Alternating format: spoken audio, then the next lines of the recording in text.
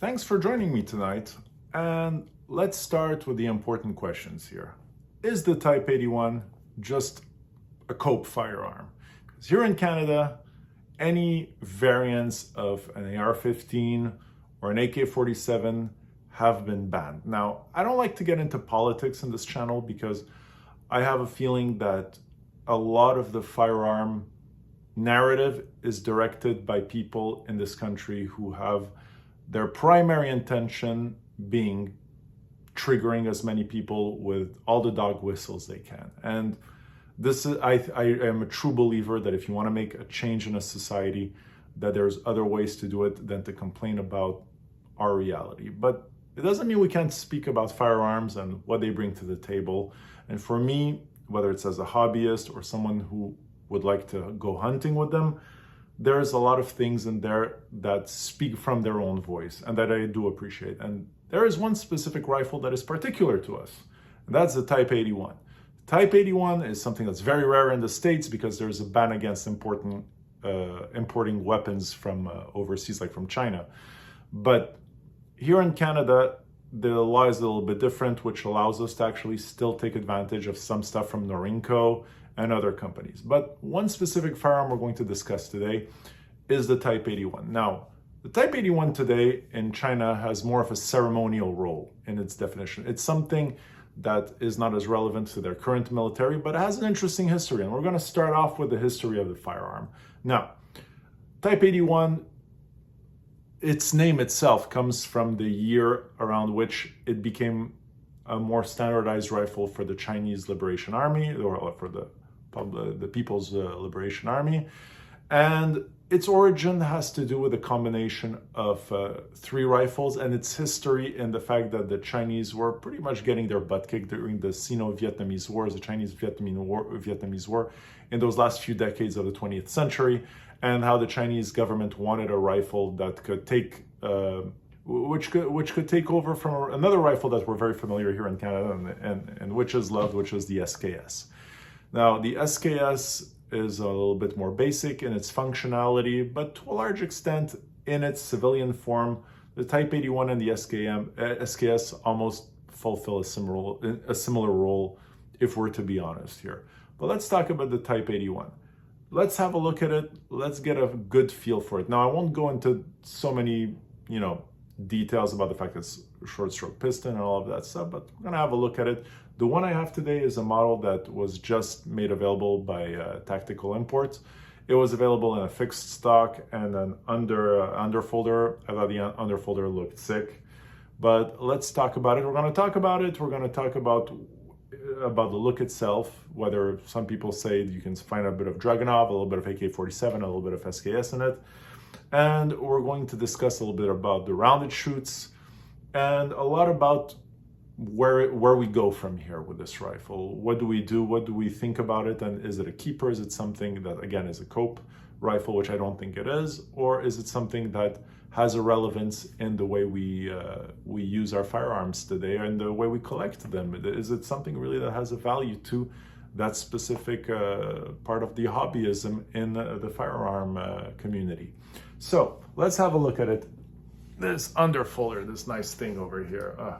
So I'm Canadian, so obviously you'll forgive the hockey tape. I don't like having things slip around when my hands are sweaty, so you're going to notice that there's a few places where the tape was. Now, all of these have been cleared and are safe to handle. There is no round, none in the magazine, none in the chamber. Everything is clear. So let's have a look at this thing. Obviously, it's for anybody who's seen an AK-47, you're going to find things that are familiar here in the shape. Safety, the little clicker over here for your safety, and an underfolder, which is a format that is familiar to those who've dealt with underfolders. You click a button, actually the button is on this side, you click this button and poof, there you go. Now I put a little felt, like the type I put in my furniture because I don't want it to scratch around everything. But there you have it, an underfolder. Ain't that something, huh? So looks pretty, looks nice, looks sexy. Really nice rifle. I think that they've done a really great job with these. The Chinese, whatever wood China does, I think it's a specific wood that we've seen on a few rifles here on SKS. nice grain, nice look, but for me the main thing is grip, and because of that I've decided not to stay with that wooden finish grip. Magazine, what is there to say here?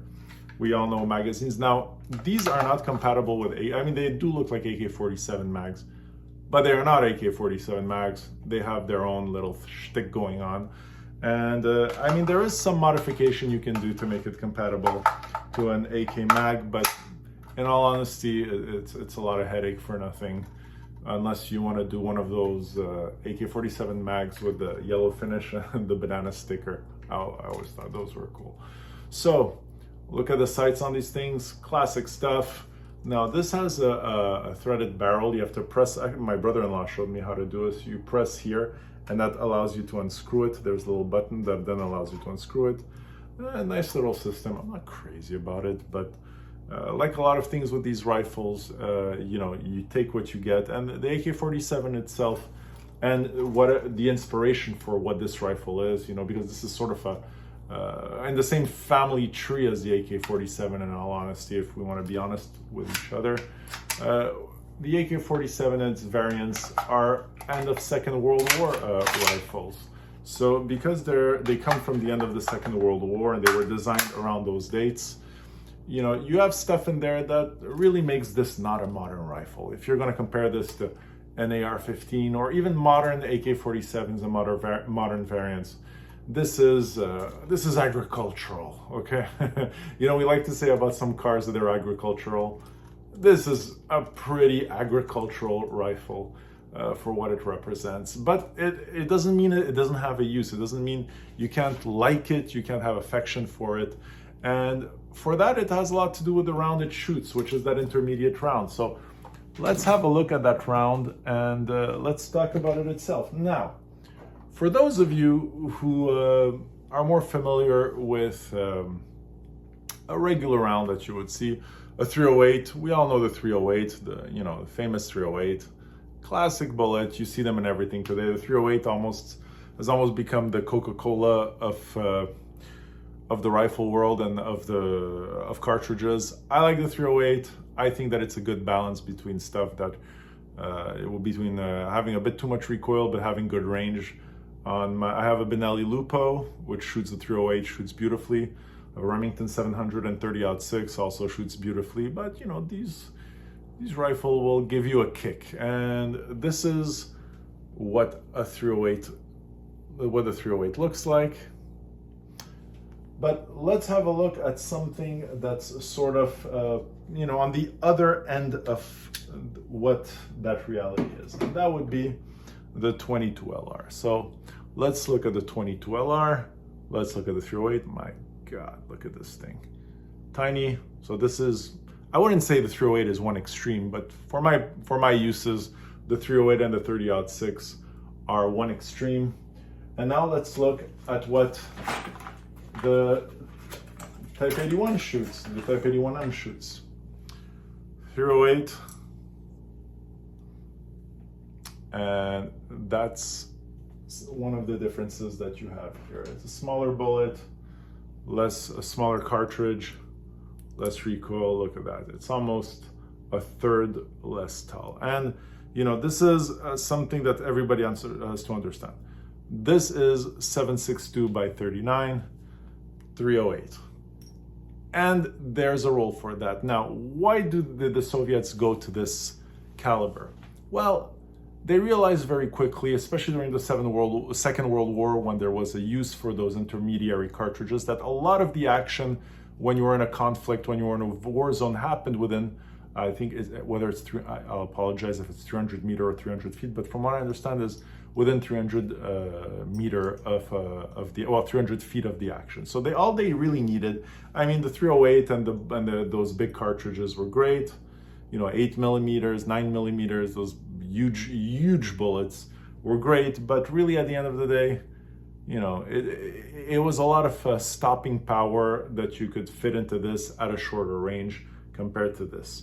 So this is where a lot of these intermediary cartridges come from, and the story of them that you see today and what created the 5.56 and other rounds, which was to make sure that you could have something that was easy to carry, not a lot of recoil, and that was actually controllable under automatic fire. And that's where all of this stuff originated from. Now, let's talk about the future of all this. Like, what's the shtick? So we spoke about the 22 LR being a tiny round with low recoil in another video. We spoke about this about the round that it shoots, that the Type 81 shoots. But really, does the Type 81 still have a place today? Is it still relevant to firearm owners today and what they are looking for in a rifle? Well, really the question comes down to this.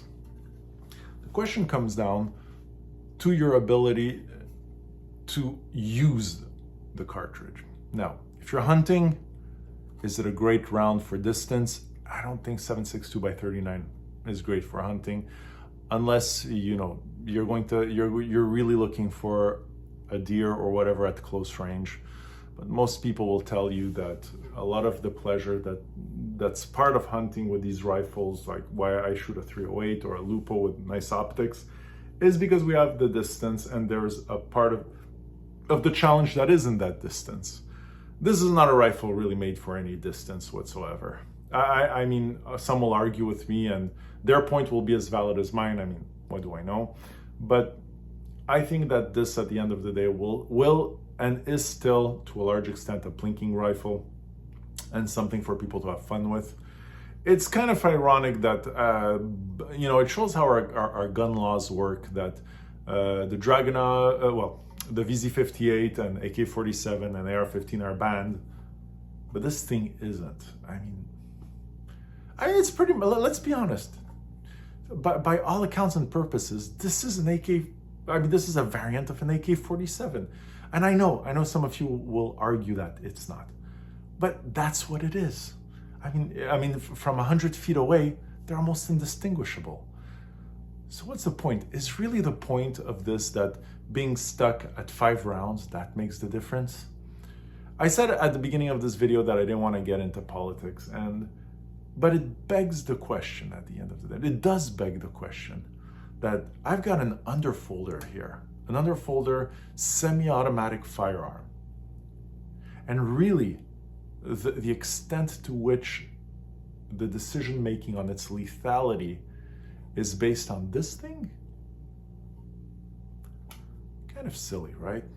Well, sounds silly to me, but I think that at the end of the day, we live in a society, and because we live in a society, we shouldn't just take into account what we think.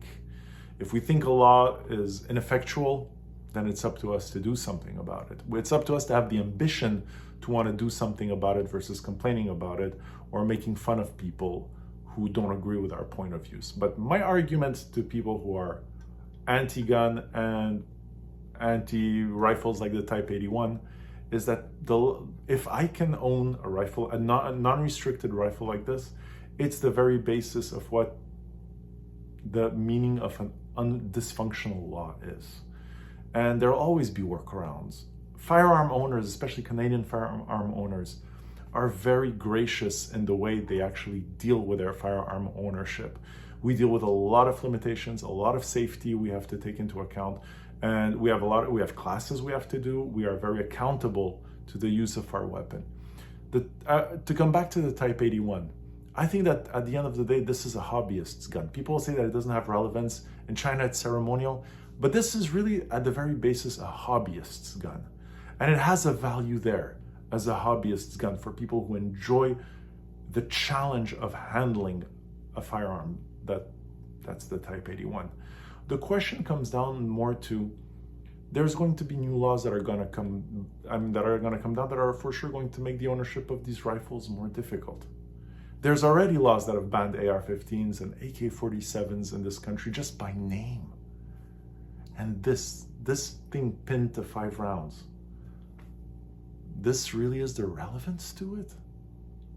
This is the difference on what makes this accessible to me or not. A 22 LR like the GSG 16 can shoot over 20 rounds of 22 LR. That's legal in Canada.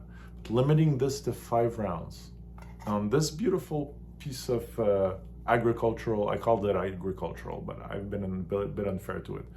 But on this firearm really defines the limitations of it. I think at the end of the day, it just pisses people off. And I implore you, if you're out there, get one of these. They're fun. They're great. You shoot a great round. They're easy to deal with. They're easy to live with. They almost have no maintenance. So I give it an A+.